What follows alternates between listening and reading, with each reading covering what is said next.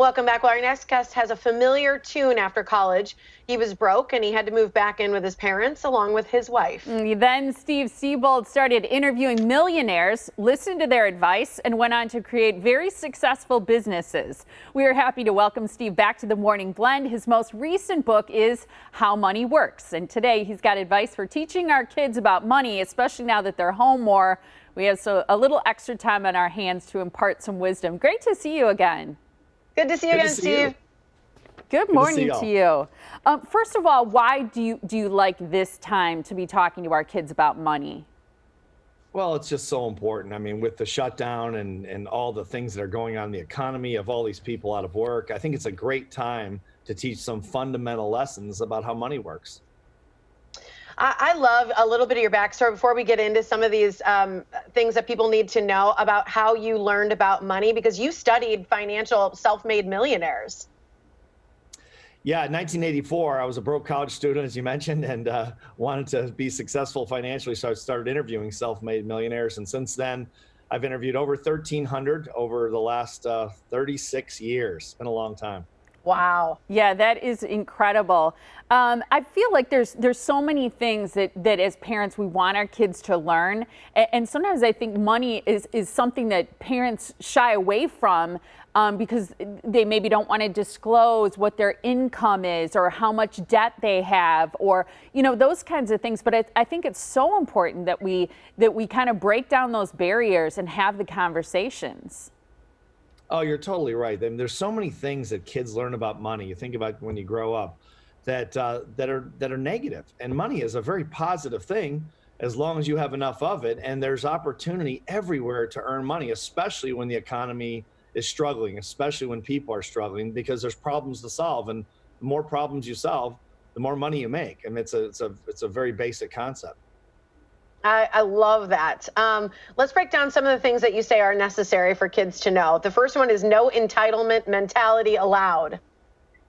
Yeah, I think you want to teach them right away that making their bed and helping with the dishes and maybe mowing the lawn and some other basic things are part of their weekly routines, and they don't get paid for those things. But some things they can get paid for outside of the norm, and that way they don't develop an entitlement mentality like a lot of people do.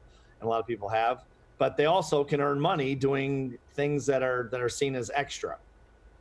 You say by the age of 15, they should have a part-time job or some way to earn money, maybe even if it's babysitting or dog sitting, something like that. Absolutely, because then they see the value of money, that you work so much, put so much effort in, and you get so much back based on the service you're providing or the problem you're solving. And they start to learn how the basics of how a free market economy works. I mean, you can talk until you're blue in the face about how a free market economy works, but when you actually participate in it at whatever level, you start to understand the fundamentals. How about teaching them how to make it grow? How do you do that? Well, you teach them about basic investing. You teach them, about things like the rule of 72 and how long it takes a $1 to turn to $2 based on a fixed percentage rate. In other words, these basic things that Tom Matthews and I, my co-author, we covered in the book. We literally wrote this book for a 14-year-old kid to be able to understand. And right now, it's the #1 selling personal finance book in the country. And I think just because we made it so simple, but it's just literally a 14-year-old child could understand how to take money and make it grow more than most adults know. About the basics of personal finance. Good for you. You suggest getting excited about money. I think a lot of people are depressed about money. Or scared of it even. Well, yeah, no, I think you're absolutely right. And I think it's because they don't really understand how money works. I mean, where are we taught these things? They don't teach us in high school.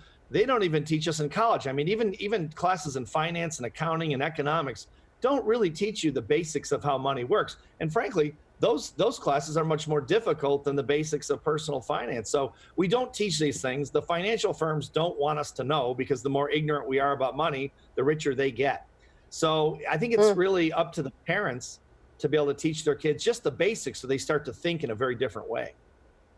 We're running out of time, so I'm going to say the next one, and I'll go on to the last one. You say money doesn't equal happiness, which I'm glad that you talk about, but I really want you to hit that you say any child can strike it rich. They really can if they understand how you exchange solutions to problems for money. And the bigger problem you solve, the more money you make. Once they understand that fundamental, and then they understand how to take money and grow money so they're not sticking it under a mattress or in a coffee can and burying it in the backyard, like many people still do in some ways, or putting in a passbook savings account at 0.01%, which then the banks, rip people off all the time with those things. Once they understand these basics, they have a real chance of being financially independent. I love it. It's always great to see you. We prefer it when you're here in person, Yeah. but we appreciate you joining us virtually. Stay in touch with us and tell us about your next work too. That was great, Steve. Will do. Thanks so much, ladies. Sounds Thank you. good. Good seeing you. Yep, you too. Take good care of yourself. And to find out more about Steve's book, visit howmoneyworks.com.